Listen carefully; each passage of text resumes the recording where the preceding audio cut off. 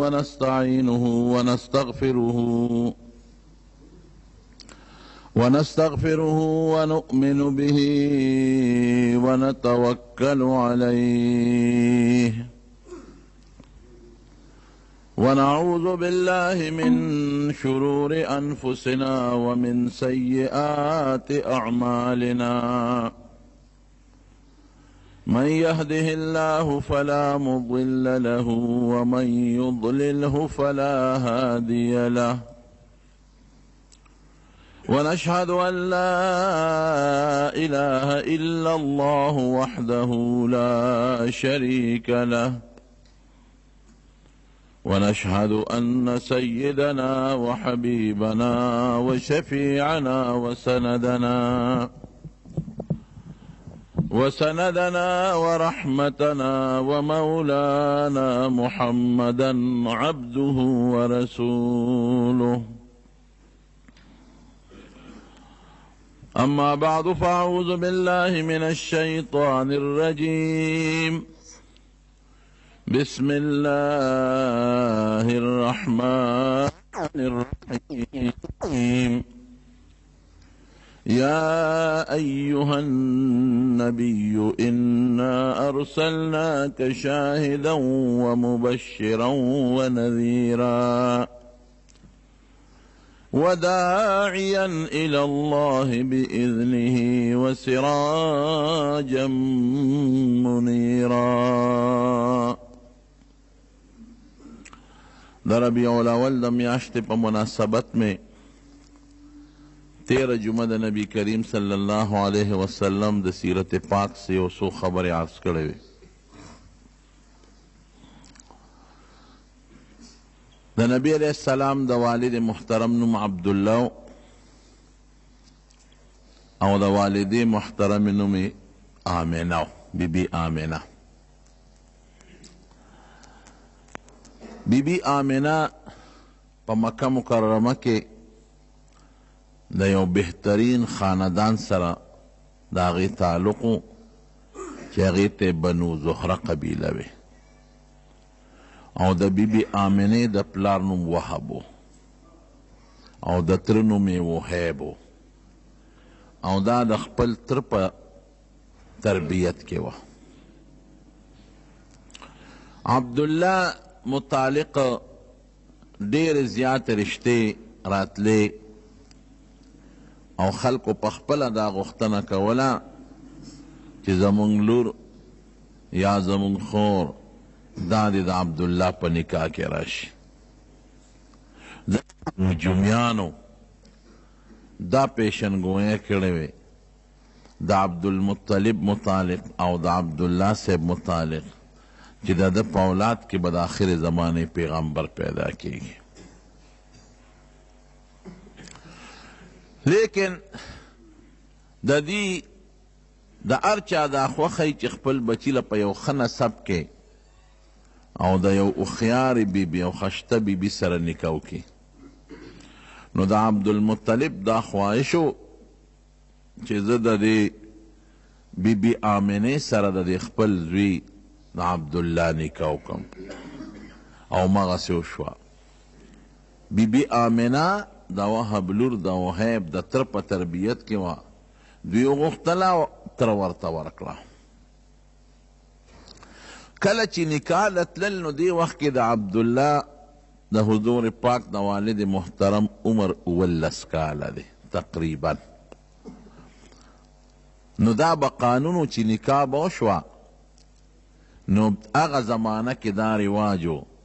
نو دا نکاح والا کم زلمی چې به د به 3 یا 4 شپې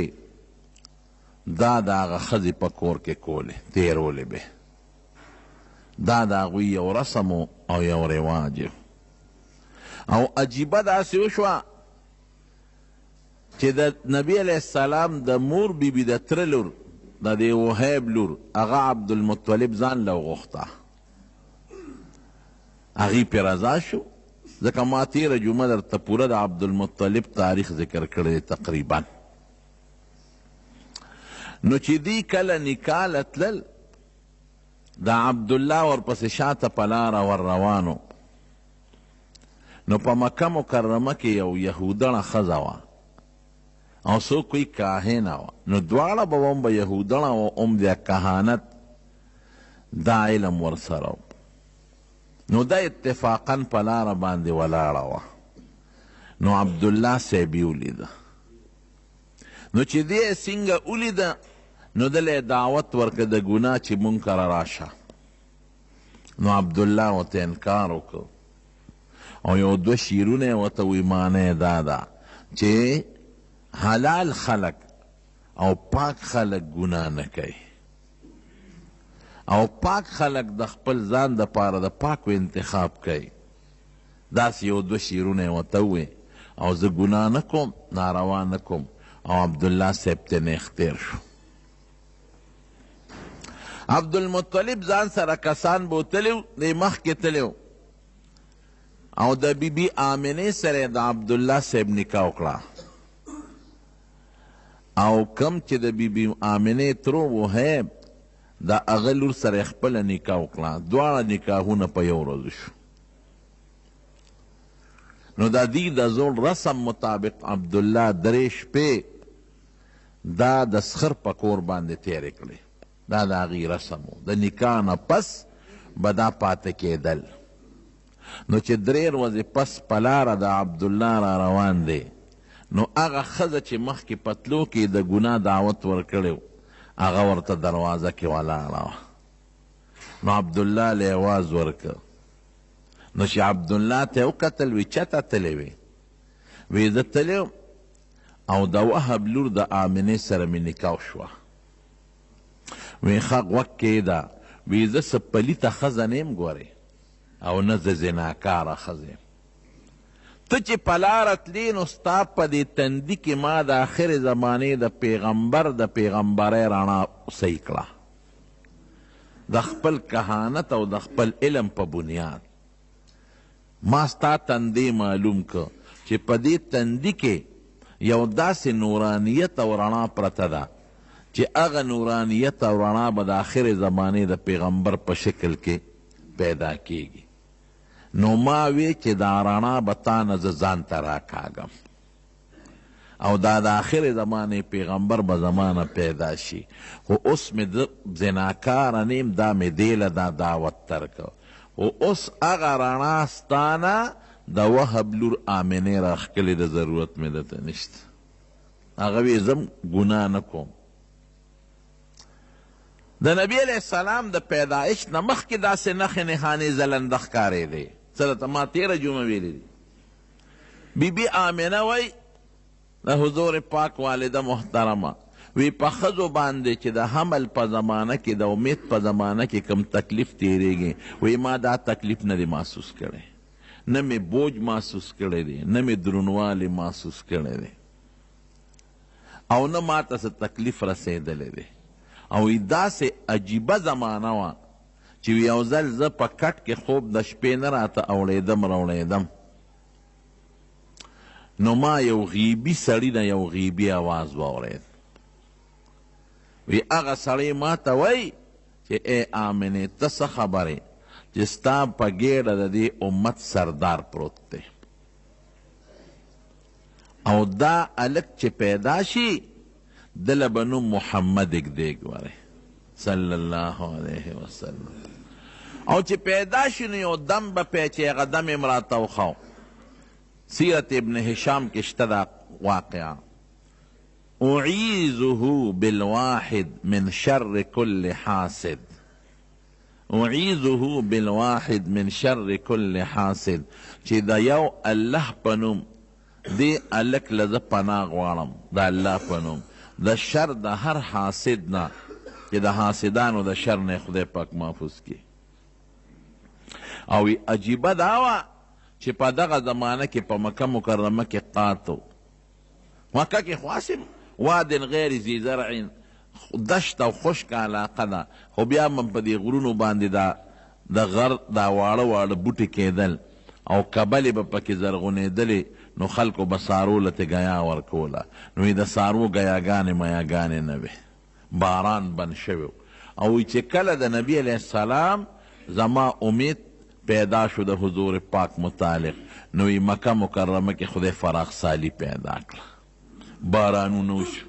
او په غرونو او په دشتو ګیاګانې زرغونې شوې او د خلکو د ګډو چیلو او د اوښانو غولانځې د پیو نه ډکې شوې او د خلکو څاروي د وازګو نه ډک شو. وی قسم دې زه پوهېدم چې دا د ما د دې بچي برکات دي چې لا دنیا ته دی تشریف نه دی راوړی، لا پیدا شوي نه دي او په مکه مکرمه کې خدای پاک فراخ سالی پیدا کړه. بیا د پیدایش په وخت کې چې دی کله پیدا کېده نو ناشنا حالات او واقعات څرګند شوي دي. عبدالمطلب وی ما یو خوب ولید، وی زملاستې او زما د شان یو زنځیر اوچت شو او هغه زنځیر تا اسمان سره ولګېد، یو سر یې زما په دې شا پروت دی او بل اسمان سره ولګېد او ویناګانې هغه زنځیر په اونه بدل شو او اونه ته جوړه شو او د هغې اونې خرامونه پیدا شو او په خرامونو کې څانګې جوړې شو، په څانګو کې میوې جوړه شو. وی ډېر خلک راځي چې دا اونه کټ کړي، خو یو خشتا لږ دی خوبصورت هغه ته خلک منې کوي، څوک ورته نږدې نه پرېږدي. نو په دې اونه کې چې کمې میوې وې نو ما لاس اوچت که چې زم ته یو میوه روشو کوم، خو زما لاس نه ور رسېده، زه به زما لاس به واپس را پرېوت. وی دې کې راویښ شوم نو د هغه زمانې چې کم کاهنانو عالمانو د هغې نه مې د دې خوب تعبیر وغوښت. هغې وی ستا د شا نه به د آخر زمانې پیغمبر خدای پیدا کوي او د هغه دا څانګې د هدایت او دا میوې د هدایت دا به په دنیا کې خورېږي او خلک به ترې فایدې اخلي او څوک به مخالفت کوي، راځي چې دا ونه کټ کي مخالفت به کوي، خو خدای به د خلکو د مخالفت نه محفوظ ساتي. وی ته هغه میوې ته ونه رسېدې نو د هغه د نبوت زمانې نه به ته مخکې مرې. وی دا تعبیر ما ته میلو شو او چې کله حضور پاک مبارک پیدا کېده نو عبدالمطلب سے پخپله وی زه بیت الله سره خوا کې ناست وم، وی دا بیت الله دا دیوارونه د ځمکې لرالل او بیا اوچت شو او څومره چې په مکه مکرمه کې غټ غټ بوتانو نو دا به په ځمکه پرېوتېدل. د مکې غټ کافران وی په دغه شپه زمونږ یو غټه بوتخانه او په هغې کې بوتانو او چې کوم غټ بوت و نو په ځمکه پرېوت. وی مونږ بیا نیغ کو، وی بیا په ځمکه پرېوت، وی مونږ بیا نیغ کو نو بیا په ځمکه پرېوت نو بیا هم نیغ کو. وی مونږ کې یو کس وی چې هر څه چل دی خو په دې شپه څه ناشنا کار شوی دی. د نبی علیہ السلام مبارک شاعر دی حضرت حسان ابن ثابت رضی اللہ عنہ، دی وی تقریبا زه د شپږو اووه کالو دغه وخت کې د شپږو اووه کالو وی یو یهودي آواز وکړو او چغې کړی هغه یهودي چې د آخرې زمانې د پیغمبر ستاره اوچته شوې ده او دا هغه ټیم دی چې دې ټیم کې د آخرې زمانې پیغمبر دنیا ته تشریف راوړی دی او عرب هم په تاسو کې پیدا شوی دی. او وی په جاړه شو، مې چې جاړې ولې کاکاجي؟ وی جاړم په دې چې مونږ وی دا منقبت به بني اسرائیلو ته میلو شي زمونږ قوم ته، خو دا منقبت زمونږ د قوم بني اسرائیلو نه د مکې عربو ته منتقل شو. وی چې مونږ معلومات واغشتل نو دغه وخت کې نبی کریم صلی الله علیه وسلم دنیا ته تشریف راوړ او مور بیبی وی د پیدایش په درد اس قسمه تکلیف پوه شوی نیم او یو ناشنا رڼا مې ولیدله او د هغې رڼا نه ما ته خدای پاک شام او بصره وښول او مشهوره خبره د ډېرو کتابونو لیکلې ده چې د فارس کم آتشکده وه اخو مجوسیانو اور ته به عبادت کو. زرو کالو کې هغه نه وه مړه شوې، ځکه هغوی به پکې خپل تیل اچول او د بلولو انتظام به یې کو، هغې ته به کسان ناست و چې دا مړه نشي او په دقه ټیم د هغوی هغه آتشکده چې د هغوی هغه کم مرکزي عبادت خانه و هغه اور یې مړ شو او د کسرا د غټې ماڼۍ نه غټې غټ تیږې راوغورځېدلې نو هغه کاهنان راوغوښتل وی زما د دې ماڼۍ باندې بېګال زلزله راغله او تیږې ترې راوغورځېدلې، دا څه وجه کیدی شي؟ هلته اطلاع راغله چې د فارس آتشکده هغه مړه شوې ده، دا څه وجه ده؟ نو هغې لم نجومیانو کاهنانو خبر ورکړ چې په دې ټیم په دې شپه په دې وخت کې نبي آخر الزمان دنیا ته تشریف راوړلی دی. جنات او دا پیریان به بر اسمان ته ختېدل، دا خدای په اسمان بند کړل. نو هغې خپلو کاهنانو او جادوګرو له اطلاعات ورکړل چې څه نوې معامله پېښه شوې ده، زمونږ بره د اسمان تلل بند شوي دی او منع شوي دی. بهر کیف چې کله پیدا شو نبی کریم صلی الله علیه وسلم مور بی بی وی عجیبه کیفیت و چې دی پیدا شو نو یې د اسمان ته ګوته نیولې وه، لا ماشوم دی و اسمان ته یې ګوته نیولې ده.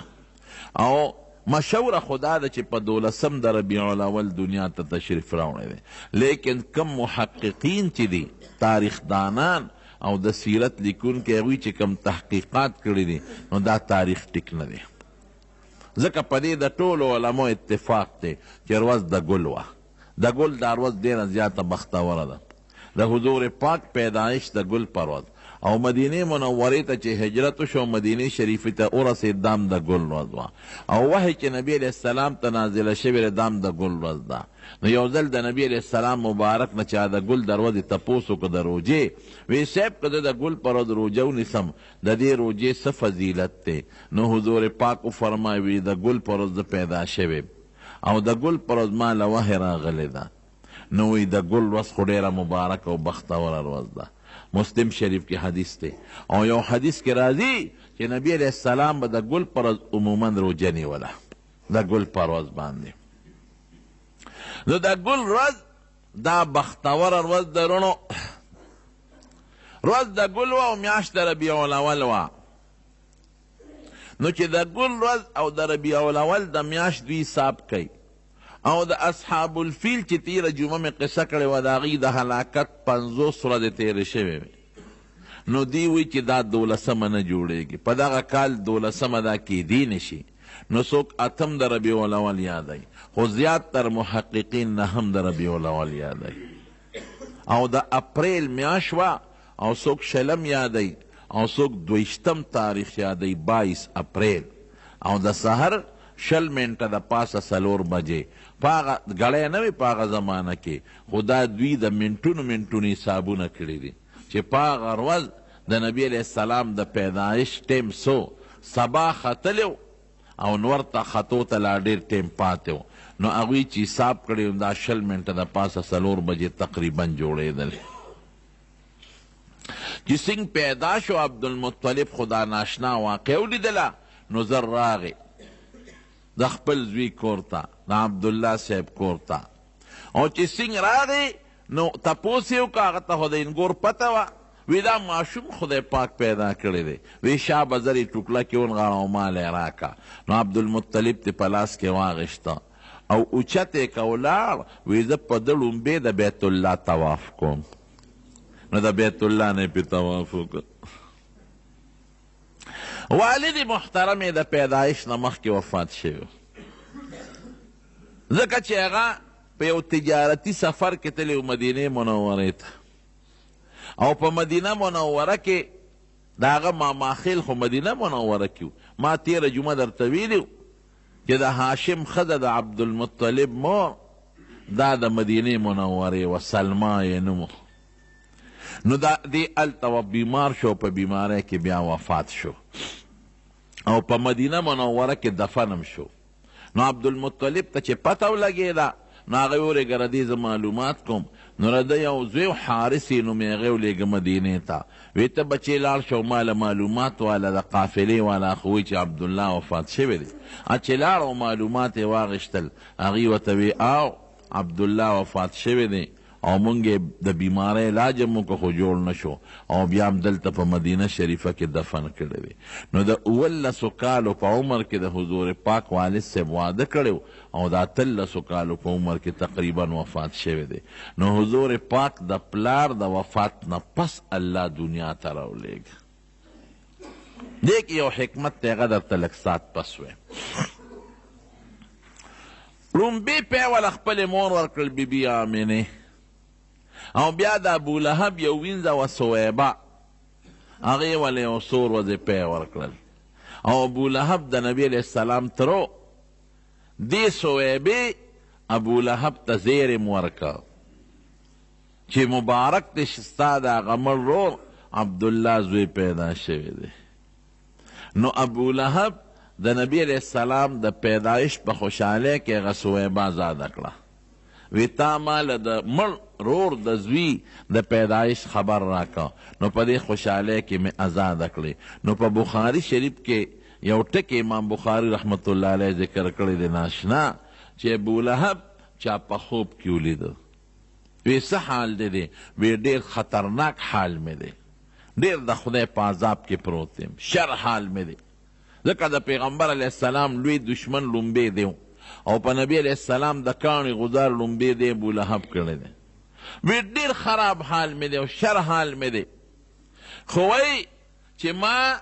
نبی علیه السلام د پیدایش په خوشحالی کې صویبه ازاده کړې ده چې هغې ما اطلاع راکړه. وی د هغې په سبب الله زما په دې قټه ګوته کې پیدا کوي. نو هغه زه دلته کې روم، هغه زه دلته اوس کم. نو دا د حضور پاک لوی شان دی. ګورې دلته بعضې زموږ طالبان یو سوال کوي، وی د کافر متعلق قرآن شریف کې راځي چې لا یخفف عنهم العذاب ولا هم ينظرون، چې کافر ته په عذاب کې تخفیف نه راځي، عذاب به ورته اسانیږي نه په جهنم کې او نه به ورله خدای مهلت ورکړي. نو دا ده ته د اسانتیا ولې راغله چې دا پی په دوزخ کې څکي؟ نه، د هغه پیو فایده هغه ته نه میلاویږي. د جهنم خو دومره تیز تاو دی چې دا خو لا د ګوتې پوټې غوندې پی دی چې بالټې پکې ورواچوي، لا د بالټي نه به نه جدا شوي چې الوتی به دله فایده نه ورکوي. خو د نبي علیه السلام لوی شانتې معلومیږي او هغه له افسوس ورکوي چې نیکبخته صرف د هغه په پیدایش دې خوشحالي کړې ده نو ګوته کې دې پیدا شي. که ایمان دې پرې راوړی وي نو چې څومره د پیو چینو کې به په جنت کې پروت وي. نو صویبې ولې یو څو ورځې پی ورکړل، هغه د ابو لهب وینځئ. نو بیا خدای پاک نبی علیه السلام د بیبي حلیمې په قسمت ورورسه. دا په طائف کې بنو سعد یو خاندان دی، هلته اوسېدله او د بانډو د طائف آب و هوا ډېره مزیداره. اوس هم د طائف آب و هوا ډېره ښشته ده، ډېرې ښکلې میوې پکې کېږي او ډېرې ښشته اعلی سبزی پکې کېږي او یخ وطن د مزیدار اعلی. مکې مکرمې نه بار یو غر دی، د هغه غر نه شاته تقریبا 100 کیلومیټر لږ بګ به طائف راځي. نو دا هغه ځای ښځې به کال کې یو ځل راتلې او په مکه کې به ماشومان کتل چې چا ماشوم پیدا شوي چې مونږ یې ځان سره یو څو تربیت یې وله وکړو، دیانې به وې. نو هغې کې به د هغې هم فایده وه او د مکې د خلقو هم دا یو رسم و رواج و چې خپل ماشومان به بانډې ته لیږل. ځکه هغې به وی د شهري خلقو د شهر آب و هوا ټیک نه او د بانډې آب و هوا مزیداره او بیم خشته هوا مزیداره او د بانډو جبه عربي اصلي وي او شهر ته ښار ته خو هر قسمه خلک راځي نو ژبه یې ګډه وډه شوي. نو خلکو به خپل ماشومان ورکړل، هغې به وله پالل او دوی به وله پیسې ورکول. نو بیبي حلیمه رضی الله تعالی عنها وی دقسې د طائف د بنو سعد زمونږ ښځې لاړئ زنانه چې دوی ځان له ماشومان ګورو چې مونږ یو ساتو پیسې پې وګټلو. وی چې رالو په مکه کې معلومات کول. نو وی زما چې څومره ملګرې راغلي وي هرې ملګرې ته یو یو ماشوم میلاو شو او پیغمبر علیه السلام ته چا غاړه نه یې ښوده. خلکو به وی دې کور کې یو ماشوم پیدا شوی دی 7 ورځې مخکې. نو چې رابلل تپوس به یې وکړو نو د ده پلار نشته، دا یتیم دی، د پیدایش نه مخکې پلار وفات شوی دی. نو چې هغه ښځو به ورته غاړه نه یې ښوده چې دا یتیم دی نو موږ له به څه راکړي، پلار یې نشته نو موږ له به څه راکړي. وی ډېرې ښځو پې چکر ولګو خو دې چا هم قبول نه که. وی زم په ړومبي ځل د عالم کې تپوس مې وکړه، وی چې پلار یې د پیدایش نه مخکې وفات دی. وی ما وی چې دا ماشوم نوړم ما له به څه راکړي، څه پیسې به راکړي. خو ما نورو ملګرو ته مې ماشوم میلاو شو او ما ته میلاو نه شو. نو مې چې تشه ځم نو زه دا ماشوم به خیر ځان سره بوزم. نو رالم او نبی علیہ السلام مبارک دا ماشوم مې ځان سره اوچت که چې تشه نشم تلی. وی زما ته څه پته وه چې دا خو په دنیا کې واقعي یتیم دی خو د خدای په نزد د یو لوی مقام او مرتبې خاوند دی. وی ما چې دی څنګه اوچت که او ما خپلې سینې ته واچو ګسې سینې ته ځکه د ما خپل بچی و نو ده زما ګسه سینه نه اغېشتله جړلې نو ما زر دې بلې سینې ته کو نو زما ښې سینه یې واغېشته او ګسه سینه زما هغه بل بچي ته ژوه او چې په لاره تلو نو په کومه قچره چې ما سورلي کړې وه نو یې ډېره لاغېره وه او ډېره ټپه وه او ما به شړله او قافله کې سفر نشو کولی رستو رستو به کېدله او چې ما نبی علیه السلام مبارک غیږ کې واغېشته او په هغه قچره څاروي باندې سور شم وی قسم ده چې زما څاروي د نورو څاروو نه مخکې روانو نو یې ما ته د قافلې خلک وی چې حلیمې دا همغه څاروي دی که دا د مکه کې بدل کو مې چې نه دا همغه څاروی دی خو ما له خدای یو برکتي ماشوم په لاس راکړی وی قسم ده چې زما په سینه کې دومره پیدا شو چې نبی علیه السلام به موړ شو زما خپل بچی به موړو او زمونږ په علاقه کې په دغه زمانه کې قات و قات ګیاګانې نه وې نو زما ګډې چیلی او څاروي چې به زما بچو سرن له بوتلل نو ماښام به ماړه راتلل وی زما څاروي سر به شو غولانځې به یې د پیو ډکې وې او خلکو به خپلو غلامانو ته بچو ته وي چې تاسو څاروي نار راولئ او د حلیمې څاروي ماړه راځي دا ولې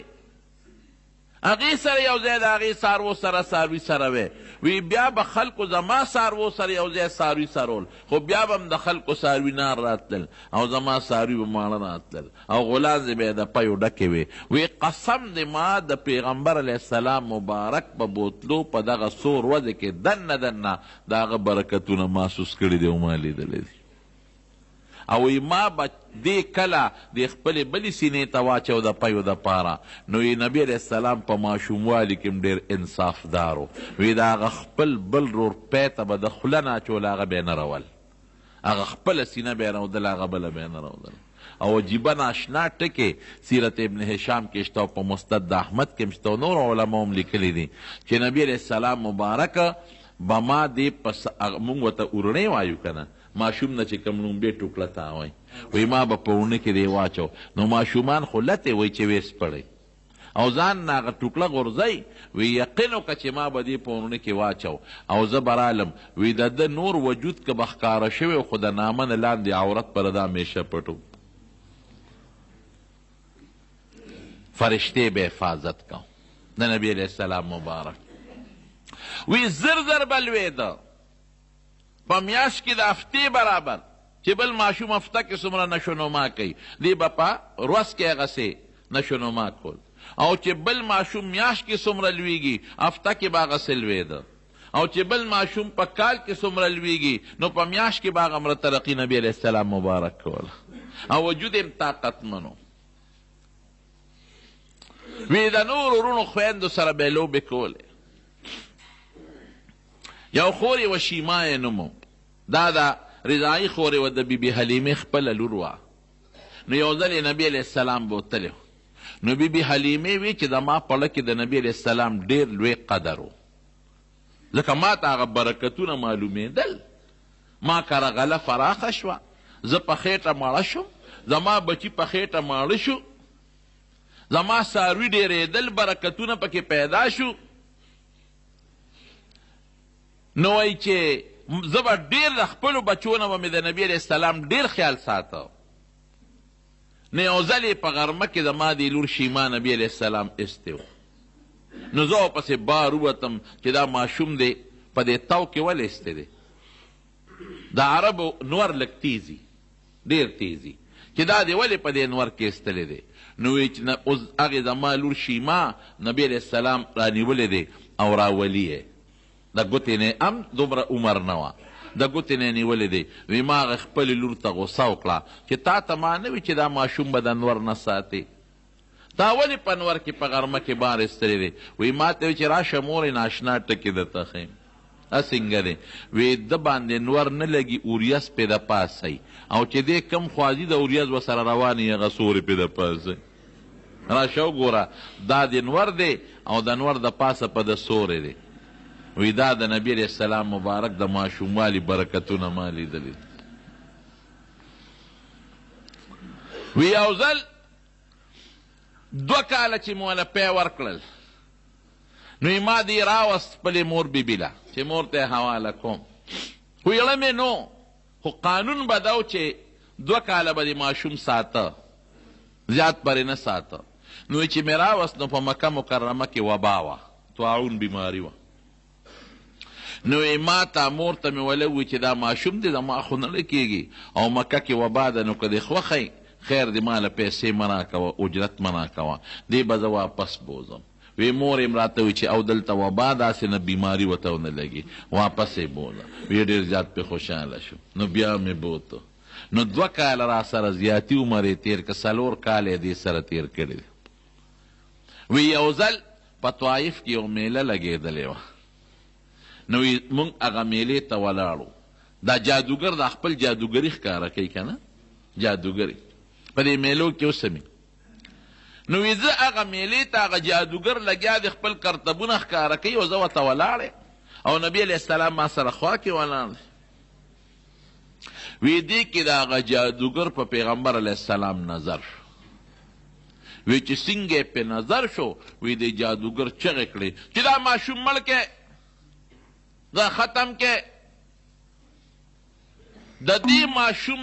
د وجې نه به زمونږ د پلار نیکه دین ختمیږي الی دې مړ کې وی ما نبی علیه السلام ځان ته رانږدې کو او جادوګر ته مې غوسه وکړه چې د خدای دې بې خباسه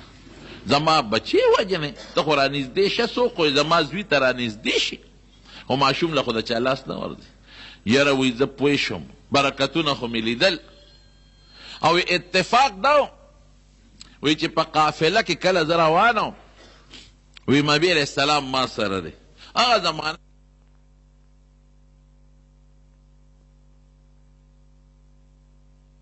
ګرځېدل نو کهانت او د نجوم ډېر لوی دور و نو په دې قافله کې یو نجومي او کاهن و وی چې نبی علیه السلام له ما پی ورکول دا مخې ښکاره شو نو هغه ورته وکتل وی ما ته وی چې د دې ماشوم څه نوم دی وی ما ورته وی چې د ده نوم محمد دی صلی الله علیه وسلم د ده د پلار څه نوم دی نو ما ورته د خپل خاوند نوم واغېسته چې پلار یې دا دی ولاړ دی او دی نوم دی حارس او ما ته وی چې د مور یې څه نوم دی وی ما ورته وی چې دی مور یې مو زما نوم آمنه دی وی ما ته هغه نجومي وی چې کله دې ماشوم د پلار نوم عبدالله وی او دې وخت کې مړ وي جمدې نه وي او د مور نوم یې آمنه وي دا اوس ما لاله وجمې خو ته وایې چې دی پلار دی جمدې دی نوم د حارس ولوخم او ته وایې زه مور یم او نوم ستا حلیمه دی نو دا په شک کې دی واچولم وی ما ورته وایي چې ولې دی وجه وی د دې ماشوم شکل د آخر زمانې د پیغمبر په شانته دی د ده د تندین د آخر زمانې د نبوت رڼا روزي خو د هغه په صفتونو کې دا لیکلي دي چې پلار به د پیدایش نه مخکې وفات شوي او د پلار نوم به عبدالله او د مور نوم به آمنه نو د دې په دې وخت کې په شک کې واچولو وایي ما چې شکر دی چې خپل نوم مې ورته ښوولی او دا خپل پلار مې ورته ښوولی دا خپل خاوند مې ورته ښوولی دی وی یو ځل زما خپل ماشومان وروڼه خویندې په منډه رالل وی ما ته وی چې مورې هغه زمون قریشي رور خو چا مړ که وی بس په ما هیبت راغی ما چې دا خو لانجه پیښه شو نجومیان او کاهنان او یهودیان خو د متعلق اطلاعات او خبرې ورکوي او مسله پیښه شو وی ما چې ولې وی چې هلته مونږ لوبې کولې او یو څو کسان رالل او چړې یې راوویستې او په سینه کې یې ولې وټومبلې وی بس ما چغې جوړې کړې خاوند ته مې وی سړیاله راشه وی منډې م کړه چې راشه مونږ ته ځای وښایه وی هغوی ماشومان را سره وی هغه ځای له یې بوتلو وی چې هلته سینګ ورسېدو کتل وی نبي علیه السلام دقسې یک تنها ولاړ دی او شین ګوشین هېڅوک نشته نه پې د وینې اثر شته او نه څه د چړې چاکو داغ شته زر مې وکته او روچت مې که او سینې پورې مې ونیوه او کور ته مې راوسته ویرېدم وی ما ته مې خاوند وی چې دا به چېته پیریان میریان او یا چېته بل څه شی به و د غیب و سالم به دا څادر ګرځي خدای مو مخه جومات کې زمونږ بره کار شروع دی نو تاسو ته ما مخکې پاتې دی پلسترې شروع دي نو زړه د اخلاص نه مدد وکړئ ښه تعاون وکړئ ورسره ځکه ما تاسو ته ویلو چې موږ عامه چنده نه غواړو او نه چا ته چندې وایو نه چا نه غواړو بس دا چې خدای پاک د چا په لاس کې دا کار کړي نو د هغوی نه خدای پاک به دا انشاءالله دا کار اخلي بهر کیف ویشین گوشین ولاړو کور ته مې راوست چې مې کور ته راوست او کله نبي علیه السلام یو پوټی قلار شو نو ما تې تپوس وکړ بچې څه چل وی راته وی چې مورې هغې بي بي حلیمې ته به یې مور وی مور یې او دوه سړي رالل وی هغه یو ابل نه تپوس کړي چې دا هلک دی هغه ورته وی هم دا هلک دی وی زه یې ونیولم او چړې چاقینچانې چاکوان ورسره و هغه یې راوویستل او یې ما ته وی چې بچې مه یریږه تا نه به خدای د دې امت مشر او سردار جوړوي تسلي راکړه او دې ځای کې د دې سینې د دې قوتې نه تر د دې نامه پورې د دې خېټې پورې دا ځای رالوشلو او یې زه په دړ نیم پېښ شوی او بیا زما د دې وجود نه نبي علیه السلام وروستو دا قصه بیا کړې ده دا یې وروستو قصه کړی خو که لا ماشوم دی پوهېږي نه زما د دې وجود نه یې زما زړه راوویسته او ځان سره د زمزم اوبه راوړې وې حضور پاک به وروسته وی چې دا زما ماشوموالي کې کوم قصه در شوي وه سینه شلېدلې شوې وه وی چړۍ چاکوان او سامان ټول د جنت او اوبه زمزم وې نو یې زما زړه یې پې ووینځه او د زړه سره داسې پوټینۍ غوندې غوښه وه وی هغه یې تیو شکوله اخ یې وغورځوله وی هغه یو دی بل ته وایي چې دا د انسان زړه سره د شیطان د ناستې جالی چې دا ترې ختمه کړو او بیا یو کاسه وه چې هغه د سرو زرو وه او هغه د علم او د حکمت نه ډکه وه هغه کاسه زما په دې زړه کې ورواړوله او زما رګونه پې ډک شو او بیا ورسره یو مهر زما په زړه د پاسې هغه مهر ولګاو او بیا زما هغه غوښه یو ځای کړه او لاس یې پراخ که واپس ټیک شو دا څلور کرته دا شق قصه در شوی دی یو وخت بی بی حلیمې کره او نبي علیه السلام تقریبا د څلورو کالو چې دا واقع پیښه ده او بل دل د لسو کالو عمر ته چې نبي علیه السلام ورسېد نو دا بیا شوې ده او بل دل چې نبي علیه السلام ته کله نبوت میلاوېده په غار حرا کې دا بیا شوې ده او بل دل چې نبی علیه السلام مبارک کله معراج ته بر اسمانونو ته نو دا واقع بیا شوې ده څلور ځله دا د سینې اپریشن د نبی علیه السلام مبارک شوې ده بی بی حلیمه وی پې ویرېدم وی ما وی چېره باس او په دې لږ دا څه مسله ده چې ته پیریان دی او که څه شی دی هسې نه واقعي دی لږ ته څوک نقصان ونه رسوي نو څلور کاله چې پوره شو نو مور لی راوست نو مور ته مې وله وی ټوله قصه وکړه نو مور یې وخندل وی نه یریږه ما د دې ماشوم ډیر عجیبه حالات لیدلی دي زما دا د پیریانو خبره نه ده زما د دې بچي به ډېر لوی شاني انشاءالله العزیز هغه بی بی حلیمه بیا څه شوه نبی علیه السلام مبارک چې مدینې منورې ته هجرت وکړ نو دا بیا مدینې منورې ته راغلی ده یو صحابي وی نبی علیه السلام یو ځل ناستو په څادر باندې نو یو بوډۍ ښځه راغله نو پیغمبر علیه السلام مبارک ورته د خپل ځای نه پاڅېده او هغه یې د مټه ونیوله او په خپل څادر باندې یې کېنوله او ډېرې خوږې خبرې یې ورسره کولې او مورې مورې لفظ به یې ورته وی چې خبره به یې کوله نو مورې مورې نو چې دا زنانه بیا لاړه نو ما د چا نه تپوس وکړو چې دا ښځه څوک وه چې نبي علیه السلام یې دونه قدر وکړو پاڅېد ورته او په څادر یې کېنولو او مور مور ورته وی هغې وي چې دا هغه ښځه ده چې نبي علیه السلام لی پی ورکړي دي بی بی حلیمه رضی الله تعالی عنها او د مدینې منورې چې کوم قبرستان د جنت البقی ورته وایي په هغې کې دفن د هغې کې قبر هم دی هغه خورې چې وه شیما چې کله د حنین او د اوتاس غزا شوه او قیدیان پکې گرفتار شو نو دا هم پکې گرفتار شوه نو په زرګونو قیدیانو نو دې شیما صحابو ته وی چې زه خو ستاسو د پیغمبر خور یم. نو نبی علیہ السلام ته چاله وی صاحب په دې قیدیانو کې یو جینۍ ده او هغه وی چې زه ستاسو د پیغمبر خور یم. نو نبی علیہ السلام مبارک پوه شو، وی اواز کوي دې جینۍ ته راولی. نو چې راوسته وی ته زما څنګه خور یې، ته زما د خوروالی دعوه کوې. وی زما نوم شیما دی او زه د بیبي حلیمې لور یم او ما او تا په ماشوموالي ډېرې لوبې کړې دي او تا ته زه یو نښه ښیم، که ته وایې چې دا دروغ وایي نو یو نښه درته ښیم. وی څه نښه ده؟ نو هغې ورته لاس ښکاره کړ. وی ما او تا لوبې کولې نو ته ما ته غوسه شوې، نو وی تا په ما چک لګولې وی ستا د غاښونو نښه زما په دې لاس تا ده پرته ده.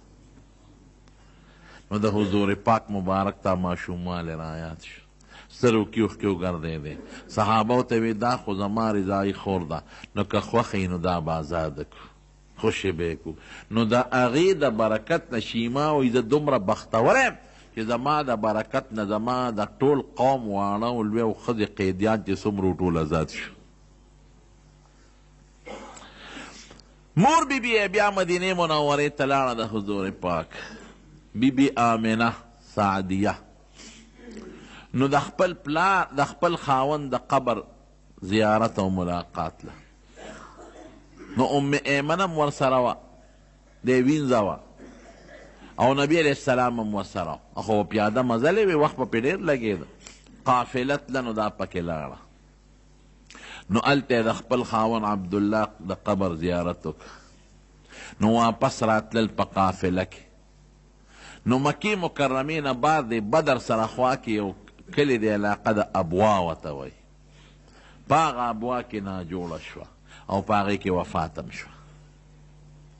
نو په ابوا کې یو غر دی، یو غونډی د ما لیدلی، زه ورلتلی. نو هلته کې د نبي علیہ السلام مبارک د مور د بیبي آمنې د هغې قبر دی.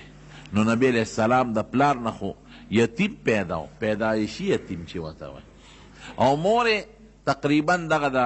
4 کالو بلکې لږ عمر زیاتو دغه وخت کې مور وفات شوه. نو ام ایمن ځان سره بیا مکې مکرمې ته راوست.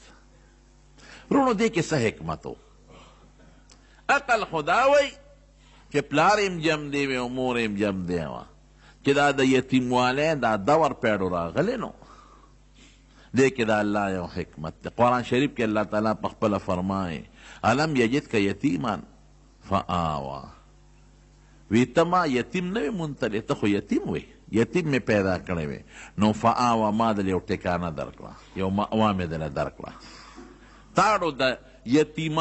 یتیموالي اړو سکه دې نه ده کړې، اړو چا محسوس کړی نه ده چې دی یتیم دی. ځکه چې د چا پلار وي نو پردي خلک هغه توجه نه ورکوي، او چې یتیم نو خلک ول ډېره زیاته توجه ورکوي. نو ما د خپل نیکه تربیت له راوسته چې عبدالمطلب دی، هغه د تربیت وکړو. نو د عبدالمطلب د وفات نه پس د تره تربیت وکړه ابو طالب، او دواړو دله داسې تربیت وکړه چې داسې تربیت به څوک د خپل بچي مونه کړي. وجدک عائلا فاغنا، اسم دیمنو نو ما غني کړې، ما دله بلا مالونه درکړه، خو نبي علیہ السلام خو به ساتل نه، هغه به یې ویشل. وجدک ضالا فهدا، دې صورت کې راځي د شریعت علم د سره نو، شریعت نه خبر نه وي، قرآن مې درته نازل کړي. شریعت نه مراد قرآن دی، رو مې درته قرآن نازله. نو بیا ورته وروسته وایي اما الیتیم فلا تقهر، وی پتا د یتیمې دور تیر شوی ګران دی که آسان دی سخت دی. نو که بل یتیم دله راشي ګورې غصه به ورته نه کوې، پتا تیره ده دا خبره. دا الله د هغه یتیم د دور هغه حکمت په خپله ذکر کوي چې پتا د یتیمانۍ دور تیر شوی دی، نو د نور یتیمانانو خیال ساته، ګران او که آسانو.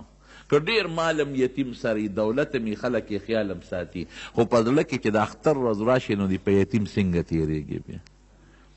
ارمان چې نن هر یو پلار خپل بچي له پیسې ورکوي او په سر وله لاس ایږدي او بابا ورته وایي، که نن زمان وي نو ما به مته بابا ویلی، زما په سر به م لاس راښکلی وي، او ماله به م یو 5 روپۍ د اختر خو راکړی وي. نو پتا د یتم د یتیموالي زمانه او دور تیر دی، هغه سوچ وکړه ځان ته د نورو یتیمانانو خیال به وساتې. د دې وجې نه نبي کریم صلی الله علیه وسلم د یتیم متعلق ډېر زیات ذکر کړی دی. د یتیم په سر چې چا لاس راخ که، د یتیم په سر د رحم لاس راخ که، رب العالمین به دې انسان باندې رحم کوي. او نبی علیه السلام فرمایي چې چا د یتیم کفالت وکړه، یو یتیم د هغې کفالت دا چې د ډوډۍ د جامې تنظام، دارنګې د سکول، دارنګې د دیني مدرسې، خو چې پوره تربیت یې وکړه لکه د خپل زوی، نو نبی علیه السلام فرمایي ویزه او هغه سړی به په جنت کې داسې یو ګوتې مبارکې داسې کړلې. د یتیم کفیل چې د هغه تربیت کوي، هغه انا وکافل الیتیم، وی هکذا په جنت کې به دقسې یو دا ګوتې مبارکې داسې کړې، لږ غوندې فاصله یې پکې وساتله، ځکه د پیغمبر مرتبه خو اوچته ده. او د یتیم مال به نه خوري. قرآن شریف کې راځي الذین یاکلون اموال الیتامی ظلما انما یاکلون فی بطونهم نارا وسیصلون سعیرا. د یتیم مال به په ظلم نه خوري، او که د یتیم مال دې په ظلم باندې وخوړه نو خېټې ته د جهنم اور ور واچو. اور د دې وجې نه چې کوم سړی مړ شي او یتیمانان بچي تې پاتې شي، نو موږ ورته وایو دا اسخاتونه وله مه تقسیموئ، مه تقسیموئ اسخاتونه. هغه یتیمانان دې خو هسې مړ شو، لال ختم شو، دا مال خو اوس د ده نه دی، دا خو د هغه یتیمانانو بچی دی. د هغه یتیمانانو مال مه بربادوئ، دا د هغې مال دی. دې پسې خیراتونه مه کوئ، دا خو یتیمانان دي، دا خو نه پوهېږي. نو پسې خیرات کوه او ما پسې ده به ځان پسې په ژوند کو که نه. که یو بالغ زوی پکې وي نو بالغ د خپل طرف نه پسې خیراتونه کولی شي، خو د یتیمانانو مال به نه خیرات کوي. دا د هغې حق دی، ظلم به ورسره نه کوي. ووجدک عائلا فاغنا، تم مال د سره نو ما غني کړې، نو که بل اما السائل فلا تنهر، که بل فقیر راشي او سوال د نه کوي ګورې ویې نه رټې، ښه پتا دا ده ورتېر دی. وجدک ضالا فهدا، قرآن در سره نو ما د قرآن لوی نعمت تله درکه، نو اما بنعمت ربک فحدث، دا الله دا لوی نعمت چې قرآن دی دا اوس بل ته ورسوه، دا د دې شکریه شو. بلکې دنیا ته الله وښایي چې هغه انسان چې پلار پیدایش نه مخکې وفات او مور په ماشوموالي کې وفات ته، چې زه غواړم د هغه نه داسې شخصیت جوړولی شم چې تر قیامته پورې د کربونو اربونو خلکو مقتدا او رهنما به وي، دا زه کولی شم. خدای پاک یې خلکو ته ښایي، نور حکمتونه هم پکې دي. بهر کې تربیت نیکو که او ډېر ناشنا طریقې سره تربیت پې کوو. یو ځل یې سترګې خوږ وې، سیرت ابن هشام کې شته چې سترګې خوږ وې، نو عبدالمطلب صاحب وایي وی په عربو کې یو دمګر یو کاهن وی هغه له مې بوته چې زما دا یتیم بچی دی او سترګې خوږ دي، ده باندې دم واچوه. او عجیبه وی دا وه چې هغه کاهن ته مې ور ډباو نو نه راوته، ور مې ډباو او د نبي هم دا سترګې کلکې خوږ وې نو نه راوته. وی دې کې زلزله شوه، وی چې یو ځړق وشو، وی هغه کاهن په یو منډه دروازه کوله وکړه او بار راووته. وی ما ورته وی ما ته خو د خپل نصیب برکت معلوم و، وی ما ورته وی چې زلزله ده، وی ما چې زلزله به یا ویاني، خو زما له دې بچي شان ما ته معلوم دی. دې سترګې خوږ وي نو ما وله تره استې و ور مې ډبه ورته نه راوتې، نو خدای در باندې جلق راوسته او په خپل یې وله راوویستې. وی چې دا ټکې مې وی او هغه زما د انوسي ته وکتل چې څه چل دی پې، وی ما ورته چې سترګې خوږ دي، وی چې دارو خو ده سره خپله پراته دي. وی مې چې څه دارو دي، وی د حضور پاک د خولې مبارکې نه یې لاړې راوویستې او د نبي علیه السلام په سترګو یې پورې کړې، وی زه اوس به ټیکي، وی قپا قسات یې سترګې ټیک شوې چې د دې ماشوم خوله کې دارو پراته دي، لاړې د ده لاړې او دا حقیقت هم دی. حضرت علی رضی الله عنه په خیبر کې یو قلا و ډېره سخته وه، ډېرې قلاګانې فتح شو، دغه قلا نه فتح کېده. نو نبی علیه السلام مبارک د شپې نه وی سار له به دا قلا الله د هغه چا په لاس فتح کوي چې د هغه سره به د خدای مینه او د ده به خدای سره مینه وي، جنډه به هغه له ورکوم سار وختي. نو صحابه وی موږ ټول د نبی علیه السلام مخکې تېرېدو چې ماله به جنډه راکړي، بل وی ماله به راکړي، بل وی ماله به راکړي، ځکه چې دا په هغه په لاس به فتم کېږي او ده سره به د خدای مینه وي او د ده به خدای سره مینه وي. دا صفت به چا کی؟ نو چې هر یو تېرېده چې ما ته به آواز وکړي، وی نبي علیه السلام آواز وکړي چې این علي بن ابي طالب، علي څه شو د ابو طالب زوی موږ وایي چې صاحب سترګې خوږ دي وی ورشه اواز کوي ورته نو علي صاحب هم راوغوښته نو چې راوغوښته حضرت علي صاحب فرمایي د ما آشو به چشمو سترګو نه مې دا اوښکې بهېدلې او سترګې مې تکې سرې وې وی نبي علیه السلام مبارک دا سترګې دم کړئ او لاړې مبارکې پرې رالتو کړئ وی ټیک ټاک شوې وی جنډه یې راکړه چې ورځه خدای پاک د هغه په لاس فتح راوسته او یا د هجرت په موقع حضرت ابوبکر صدیق رضی الله عنه چې مار وچیچه نو نبی علیه السلام خپلې لاړې مبارکې د هغه ځای نه تاو کړئ نو ټیک نه شو په اساس ټیک شو برابر شو یا داسې نور ډېر واقعات شته چې حضور پاک به پې دم اچو او دم سره به یې د خولې نه ورته نری نری لاړې توکلی نو خدای به پکې شفا ورکوله وی سترګې ټیک ټاک شو یو ځل باران نه کېده نو عربو عبدالمطلب لرال چې ته د بیت الله مشر او د زمزم د اوبو مشر نو ته راشه څه چل وکړه باران نه کېږي چې خدای ته سوال وکړو نو ابو طالب صاحب ودرېږه ما سره انتظام شته که نه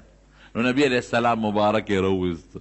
دی خو ماشوم ابو طالب صاحب ساته وی دا ماشوم الله ډېر برکتي دی خدای دې ماشوم په دې سپین مخ د نه سوال کو چې په موږ باران وکړه وی ورځ راله او ګلز ګلز وشو او په اسات باندې باران وشو وابیض یستسقى الغمام بوجهه بخاري کې راځي وابیض یستسقى الغمام بوجهه سمال الیتامى عصمة للارامل وی خشتخ کل سپین مخ یې دی او خلک چې باران غواړي د په دې مخ باران غواړي په ماشوموالي کې وی خدای پاک باران وکړه بهر کیف نور حالات هم دي انشاءالله مقونو آینده جمعه کې به درته بیان کړم نو د نبی کریم صلی الله علیه وسلم د ولادت مبارک دا میاشت رونه موږ به په دې کې څه کوو نو دې میاشت کې څه داسې خاص اعمال نشته چې موږ د هغه یو خاص عمل وکړو هیڅ داسې خاص عمل نشته که څوک خیرات کوي دې میاشت کې هم کولی شي او بله کې هم کولی شي د خیرات دپاره څه ضرورت دی او د میاشتې تخصیص نشته خو دې وخت کې خلکو ته لکه سړي پلار مړي او کال پسې هغه د کلیز هغه ورځ راشي نو خلکو ته د پلار هغه ورځ را یاد شي چې په دې ورځ مې پلار مړو په دې میاشت کې نو خلک خیرات وکړي نو په دې وجه په دې میاشت کې د نبي علیه السلام حالات خلکو ته رامخکې چې علما بیان کړي خلکو ته پته ولګي نو یاره راشه دا میاشت او بل میاشت د برکت میاشت هم ده نو راشه میاشت هم د برکت ده او د نبي علیه السلام مبارک د وفات هم ده نو خیرات به پکې وکړو نور څه خاص ورځ په شریعت کې دا حکم نشته چې په دې ورځ او په دې میاشت کې خیرات کوي او په دې کې مه کوئ بل درود شریف لږ زیات لوستل پکار دي په نبي علیه السلام مبارک بل رونو موږ به په دې میاشت کې د پیغمبر علیه السلام په پیدایش د خوشحالۍ اظهار کوو بالکل به د خوشحالۍ اظهار کوو موږ په دې ډېر خوشحاله یو الحمدلله چې موږ له خدای دومره عظیم پیغمبر راکړی او موږ یې د هغه امتیان پیدا کړي یو او دا نبي علیه السلام په پیدایش خوشحالي عبادت دی ګورې الله پې خوشحالیږي خو په هغه طریقه به کوو چې د شریعت د دایرې نه پکې بار ونځو په هغه طریقه به کوو څنګه چې صحابه وکړي دي او څنګه تابعین وکړي دي او زموږ څنګه ائمه او حضرات وکړي دي نو دا بعضې خلک کوي داسې په دې پنجاب کې خلک دا زمونږ وطن خو لا ګزاره کوي زه پروس کال تللی وم پنجاب ته نو هلته کې د شپې را روان یو ځای کې همدا ورځې وې نو صاحب چې هلته مې وکتل چراغان دی او بلفونه دي او څه لوی نخرې پخرې دي ما نه یېره وه خبره داسې نخرې دي چې دا دیوالونه او دا دوکانونه او دا بلډینګونه د دې بلفونو ډک دي او شپه ده د شپې خو دوکانونه هلته کولاوي مې او بند مې د ښځې دي او نر دي او کیرونه دي او پی دي او شربتونه دي ما هغه ډرایور نه تپوس وکړو چا چې په لاره به وتلم مې دا څه شی دی وی آپ کو پتہ نہیں میں بولے عید میلاد النبی ہے نا دا خو عید میلاد النبی دی کنه میں مونځ نه کوې کم بختیانو روژه نه نیسې او دا چراغان کوي او پنجابي ته چا ویله که وي دغه دی دا وی دا مونځ ولې نه کې وی دا جنوري پرورۍ کې په دې کې به د پلار راله اودس کوي او دا په اړ جمعې کې به جومات ته د پلار دی بیا او روژه به هم نه نیوله هلکه روژه ولې نه نیسې وی پټان جانې روزه جانې پښتون پیشه او روژه پیشه او چې روژه ماتې به شو روژه به یې نه مونځ بیا نه کوو چې روژه ماتې به شو نو خپې به یې مخکې پیکوړو ته راتاو کړی وې هلکه وي ظالمه وي روژه هم نه نیسې او مونځ هم نه کې او پیکوړو کبابو ته د مخکې نه خپې تو کړي دي. وی څه کافر درته ښکارم، روژه به هم نه ماتوم. نو هغې نه لمونځ کوي نه روجې نیسي، خو یو څیز دی دا نه کوي او بس دغه کیرونه میرونه په دا شپه کې پاخه کړي او بې ستري او بې پردګي پکې وکړي خډیره او په دې به هم خدای بخي. یاد وساتئ زما وروڼو، بخښنه او خدای ته نزدېکت دا د نبي علیه السلام د سنتو په تابعدارۍ کې ده. حضور پاک دې له دنیا ته تشریف نه دی راوړی چې خلکو ته وایي زما په پیدایش خوشحالي وکړئ او مونځ کوئ او مروجې نیسئ او د سنتو تابعداري مه کوئ. الله یطیع الله و اطیع الرسول، د خدای او د رسول تابعداري به کوئ. نو زمونږ جنت په دې کې دی، د الله خوشحالي په دې کې ده چې ته د پیغمبر علیه السلام مبارک سیرت وورې هغسې لکم فی رسول الله اسوة حسنة، ستا دپاره نیکه نمونه چې د هغه په شان نمونه ځان له جوړه کړې. او که ستا شکل او ستا نمونه او ستا جامه او ستا کردار او ستا ولاړ او ناسته هر څه د انګریز په شانتې وي او صرف وایي چې د نبي علیه السلام په پیدایش به زه چراغان هم کوم او جلوس به هم باسم او خوشحالي به هم کوم او لاسونه به هم پړقوم او چغې به هم پکې وام، نو په دې نه خلاصېږي، په دې مخه په دې هم خوشحالېږه ما. داسې هغه ځان له د زړه په زور خوشحالي راوستل دي. اصل جنت او اصل د خدای پاک ته نزدېکت او جنت حاصلول د نبي علیه السلام په کردار خپلولو ده، د نبی علیه السلام مبارک په سنتو عمل کې ده او چې نبی علیه السلام د کوم څیز نه منع کړي چې د هغې نه موږ ځان وساتو. نو دا ما سیرت په دې بنیاد روان کړه چې یو خو ته پته مو لګي چې نبی علیه السلام څوک و. زموږ شیخ صاحب یو ځل خبره کوله، هغه وی یو ځل د لاهور کې چې ته دا د مخکې زمانې د غالبا چې د 1934-35 خبرې به غالبا هغه زمانه کې چې ته پرچه وه د جرنالیزم په هغې کې یو سوال راغلی، نو هغې کې دا سوال راغلی چې د نبي علیه السلام متعلق په هغه یو نوټ ولیکې د هغه په سیرت باندې. نو بیا هغه پرچه چې داسې جوابات خلکو لیکلي چې هغه بیا اخباراتو پې کالمې لیکلی وې، نو چا پکې لیکلي چې دا په کشمیر کې پیدا شوی دی، چا لیکلي چې په مکه مکرمه کې یو مالداره کورنۍ کې پیدا شوی دی، چا لیکلي چې مکه مکرمه کې یو سیټ کره پیدا شو، لسم تعلیم یې په مکه کې حاصل کو او اعلی تعلیم دپاره آکسفورډ یونیورسټۍ ته تللی دی. دا زمونږ د خپل پیغمبر تاریخ دی. او هغوی به وي په مدینه منوره کې یو بارتلا وکیل و او د پازاري مانسیری و. نو ما نه تپوس وکړه خوا کې ناست وم چې بچې څه کوې؟ بچې زه خو 400 یم او دلته کې علم حاصلوم. وایي ما ته وایي چې خلک سپومۍ ته وختل او ته زړی یادی. وایي ما ورته چې کاکاجي هغه سپومۍ مې تا ته پرېښې ده، زه به هم دا د پیغمبر زاړه یادوم او ته پېچ او سپومۍ دې پېښه. وی بیا ما ته وایي یاره وارې او تپوس ته نه کوم چې دا نبي علیه السلام د اکبر باچا زمانه کې تېر شوی دی، دا پته چاته نه لګي چې ته اکبر باچا او چې ته پیغمبر علیه السلام. نو وروڼو د خپل پیغمبر تاریخ نه ځان خبر کړئ. هغه قوم بهترین قوم دی چې کم قوم خپل مشر یېر نه کو او بیا د پیغمبر علیه السلام مبارک غوندې مشر خپل مشر او خپل زوړ تاریخ چې چا یېر کو، دا لاندې قوم دی، دا پریوتی قوم دی. زمونږ خفه کېږئ مه، خو نصاب تعلیم ډېر ګنده روان دی.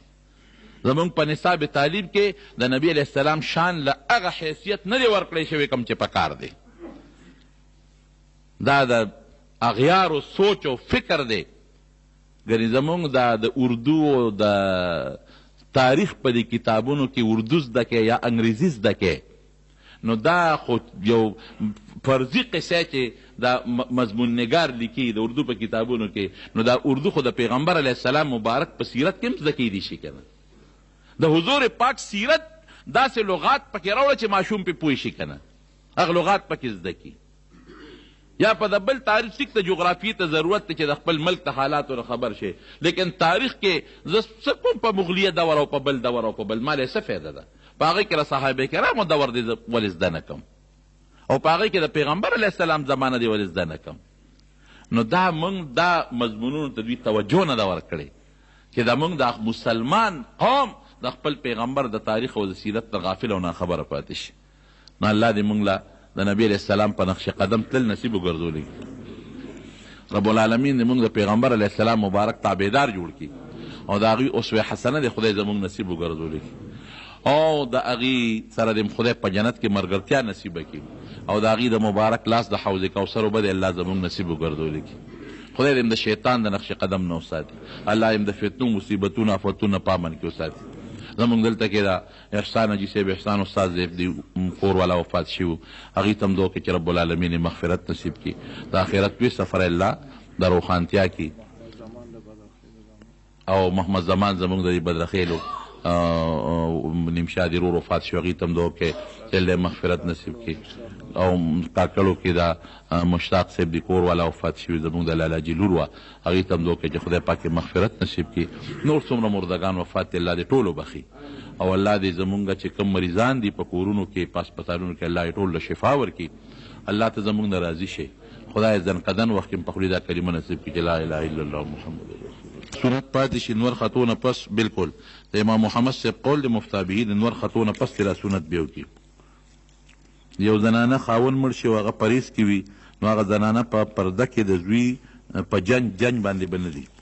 دا به عدت په خپل کور کې تیری د خوشحالۍ جامې داسې او داسې د خوشحالۍ داسې خوشبویۍ پورې کول او لفټکې مفتکې پورې کول دا ګناه ده ټوله د کور کې مشکلات دي الله دې مشکلات په خیر بدل کړي به کوي ویتر قضا شته دی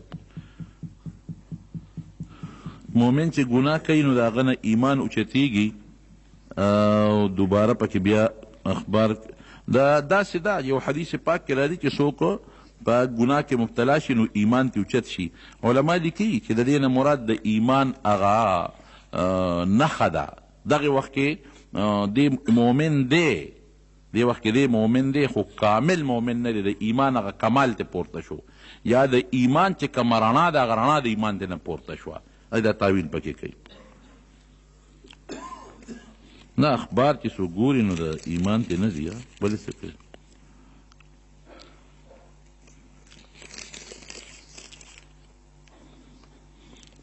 ما ته وي د ګیرې ساتلو ډېر شوق دی خو د ښځې نه مجبور یم هغه اجازت نه راکوي او یو عالم وایي چې ښځه خوشحالول واجب دي نو سنتو پرېښودو دپاره واجب نو ګیره نشم ساتلی خبره داسې ده چې دا د ګیرې په مسله کې خو ترې کمانډر صاحب خوشحاله ساتي کمانډر صاحب خو د ګیرې مسله کې خوشحاله ساتي خو د دنیا مسله کې دم چې ته خوشحاله ساتلی ده او که یوازې په ګیره کې دې خوشحاله ساتلی ده نبی علیه السلام فرمایي حدیث کې راځي لا طاعة لمخلوق فی معصیة الخالق دې سره بس تا ډېرې خبرې حل شي یو خوا د الله تعالی او بل خوا د مخلوق دوه خبرې رالی نو د الله د تابعدارۍ په مسله کې به د مخلوق تابعداري نه کوي الله مخکې دی مخلوق وروسته دی نو د ښځې حقوق پوره کوه لیکن دې خوا د الله حق د ښځې د حق نه بیا مخکې دی د ښځې به په دې کې څه قسمه تابعداري نه کوي او کمانډر صاحب پوهېږه که نه ویسار اکثر ادیمه او مونږ رانه قضا کېږي دا په عذر کې راځي که نه دا هېڅ عذر کې نه راځي ډېره اوږده شپه ده ښه وختي پاسه چې 3 ګنټې خوب وکړم د صحت دپاره دا کافي دی ګرانو محترمو اوریدونکو د شیخ الحدیث مولانا محمد ادریس صاحب دا 532 نمبر کیسټ ډک شو په دې کې تاسو د حضور علیه الصلاۃ والسلام د ولادت باسعادت بیان واورېد دا به تاسو ته پېښور ښار کې بیرون کچرې ګیټ اشرف روډ سره فقیر خان ناصر خان کیسټ هاوس کې د ناصر خان او حیدر خان سره ملاویږي د دې نه علاوه د شیخ الحدیث مولانا محمد ادریس صاحب د هر جمعې تقریر به هم تاسو ته د دې دوکان نه ترلاسه کیدی شي ټلیفون نمبر دی 255 29 12 سپیشل فرمایش د